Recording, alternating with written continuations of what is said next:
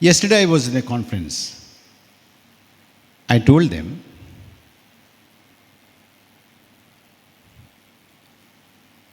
that Napoleon lost the Battle of Waterloo.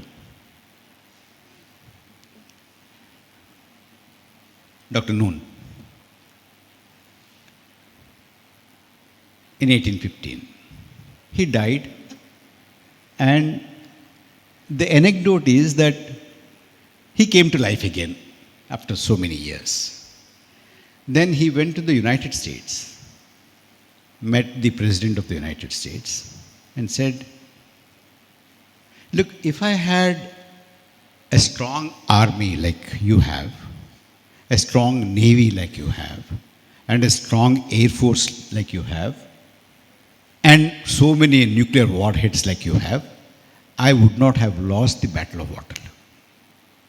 Fine. Then he went to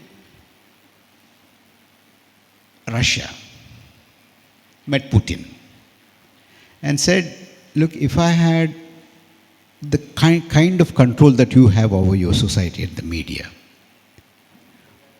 nobody would have known that I've lost the Battle of Waterloo." Then he came to India, met our Prime Minister. Then he said to the Prime Minister of India, "If I had the kind of control that you have over your media, the people would have thought I won the Battle of Waterloo."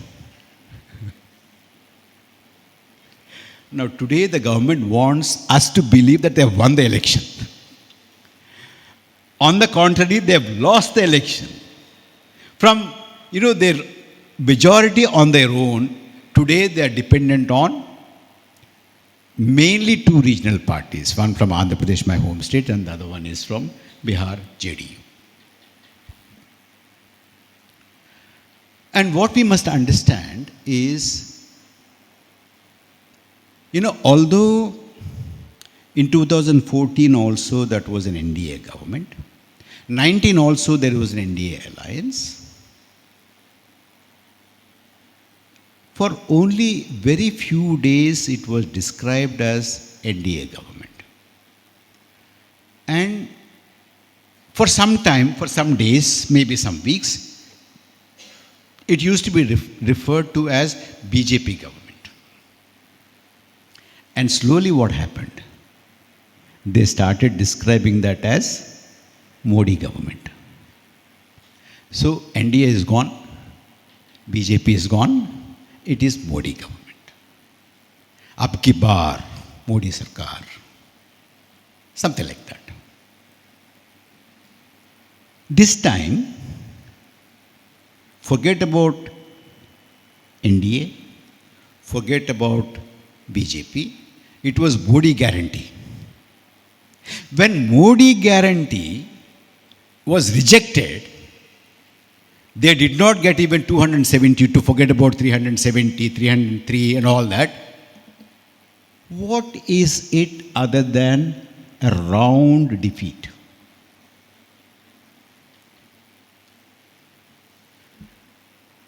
But they want to pretend that it is a victory. Only a very immature organization or an immature person, a childish person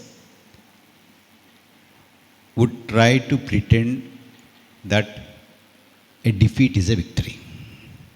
You see the small children, they fall and they say, "Nothing happened to me," isn't it? They say, "It's a small thing, nothing happened, I'm all right." But a mature, a self-confident, somebody who is very secure inside, they would admit vulnerabilities.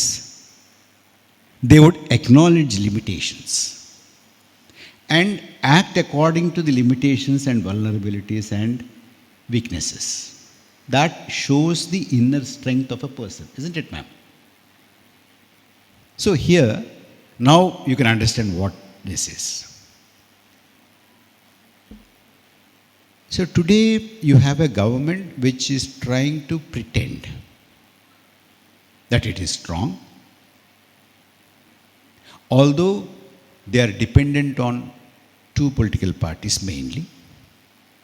And NDA,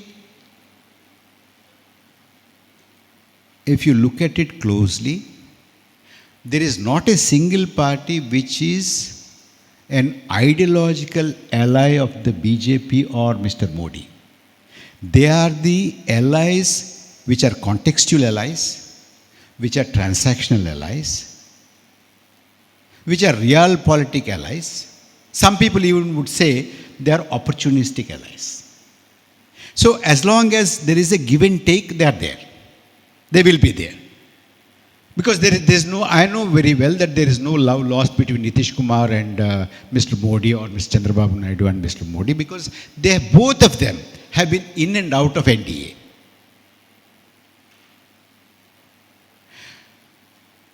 And what is the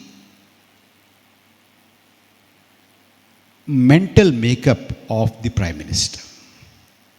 I'm not talking from the point of view of, knowing the mind, but just to, on the basis of my understanding for the last 10 years, even 20 years, because he's in public life about 22 years, since his days in Gujarat as Chief Minister.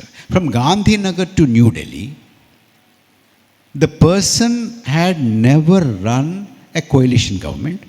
He did not even run a party government. He ran his own governments.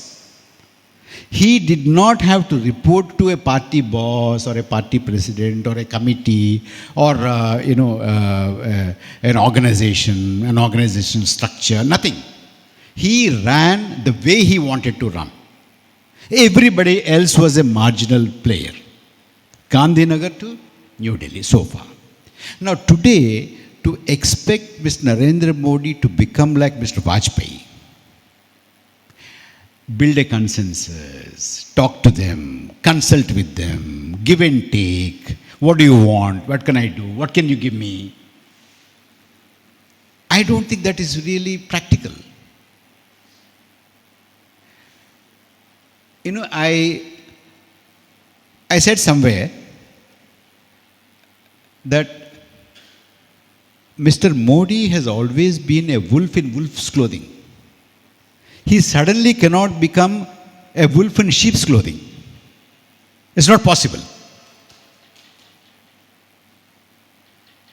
And imagine the poor man waking up in the morning and somebody comes and gives him a list. Chandrababu Naidu wants this, Nitish Kumar wants that, and somebody else wants this, somebody else wants this, somebody else wants this. These are the 4 or 5 things, or 10 things, or 15 things. And by lunchtime, there's one more list. And then he has to see how many has he, fulfilled, from morning till by lunchtime. And then in the evening, there's one more list. And tomorrow morning, he has to wake up and see how many has he fulfilled yesterday and how many are, carried forward and what are the things now we have to do. It's not possible. So my feeling is that the people of India have given a very, very clear verdict. What is the verdict? The verdict, to my mind, Gopalan, is enough of this Hindu-Muslim thing. Enough of this division. Enough of this hate. We have not given you a mandate in 2014 and 2019 because of your hate. If you think that, you came to power and you got so many seats, as many seats that yes, you got, because we are supporting your hate campaign, because we are supporting your divisions, you are mistaken. Because in 2014, you promised to give us a corruption-free administration, to bring back black money from abroad, to put 15 lakhs to 20 lakhs in every account, to get rid of policy paralysis, to bring down prices, to give 2 crore jobs per annum. That was your promise, and we gave you a mandate. And in 2019, along with all this, okay, it was only 5 years' time, and probably, you're still trying to do things, and you could do some and you could not do some. And then you had Pulwama and Balakot, we stood by you. But don't mistake that we had given you a mandate, a strong mandate because you were hate. If you conflate your pitch of anti-corruption with your Muslim, Mujra, Mams, Machli, Mangal Sutra, no, we are not for it.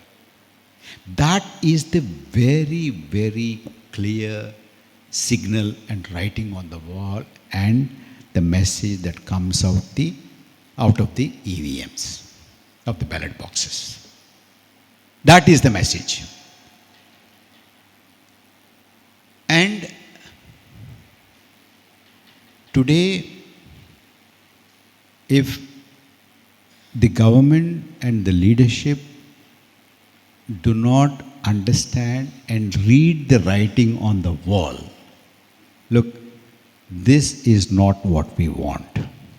What we want is, look at the price rise, look at unemployment, look at the kisans, the farmers, look at the rural distress,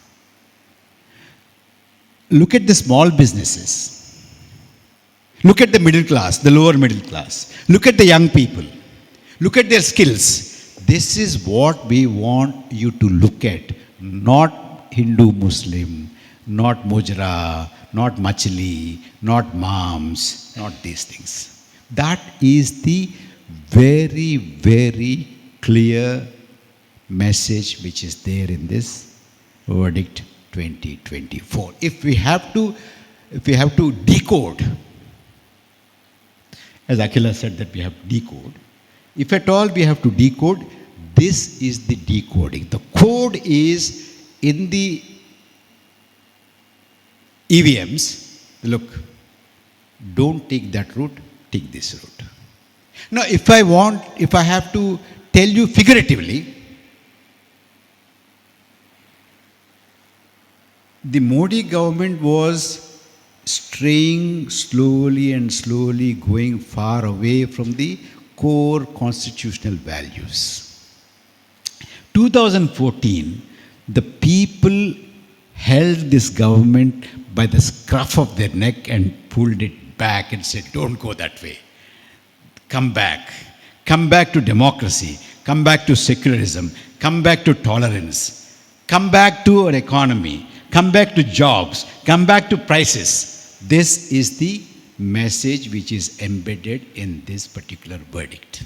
One more thing. What does this election tell you? Another aspect is this, that this election was not a fight between one alliance and the other alliance. It was not a fight between one political party and another political party. It was not a fight between one leader and another leader. It was a fight between one alliance and the people of India. It was a fight between one political party and the people of India. It was a fight between one political leader, the Prime Minister, and the people of India. And this election has proved, in front of the people of India, a Bahubali like Narendra Modi looks like a pygmy, looks like a Lilliput. And in front of the people of India, a huge electoral juggernaut like the Bharatiya Janata Party looks like a small wooden toy car. And in front of the people of India, the mighty NDA alliance with 29 political parties, or more than 29 political parties, would look like a collection of headless, clueless chickens. That is what is the message, another message which is embedded in this particular 2024 elections. Which means that this election was won by the civil society against a regime that was becoming increasingly autocratic and communal. There is one more message in this election. That is, in India, there has been two mainly contending ideas of India. One idea is this country belongs to one religion. People belonging to one religion. People belonging to Hindu religion own this country. It is theirs.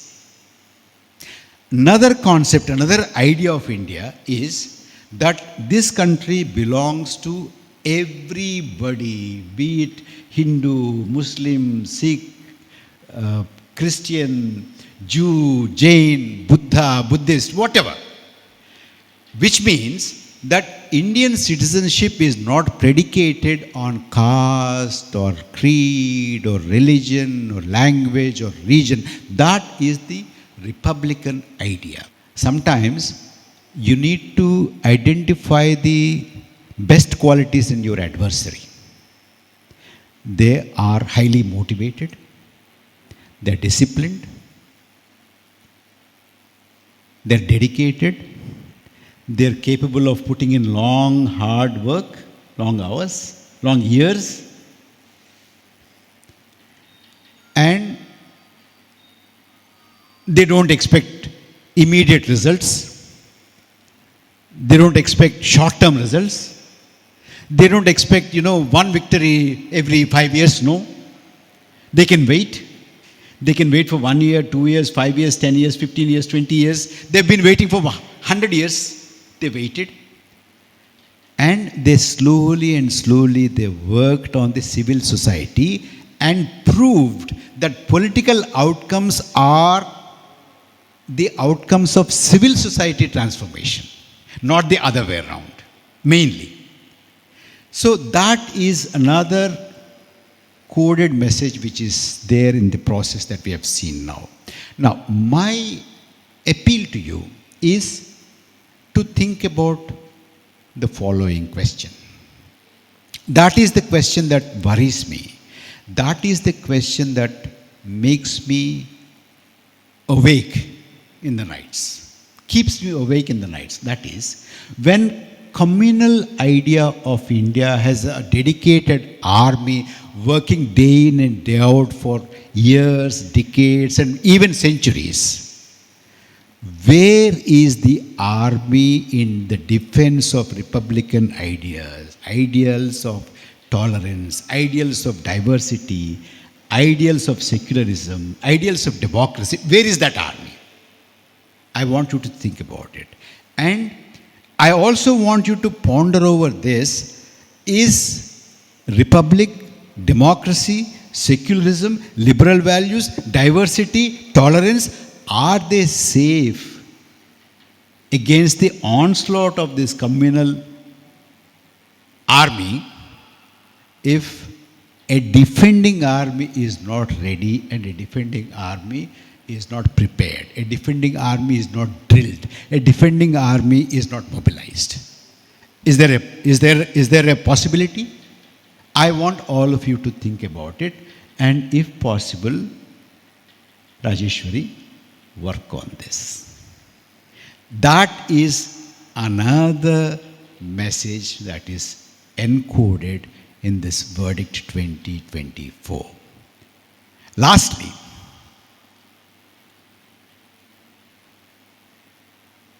don't think we have beaten back the attempts to turn India into a majoritarian state or a communal state or a Hindu Rashtra.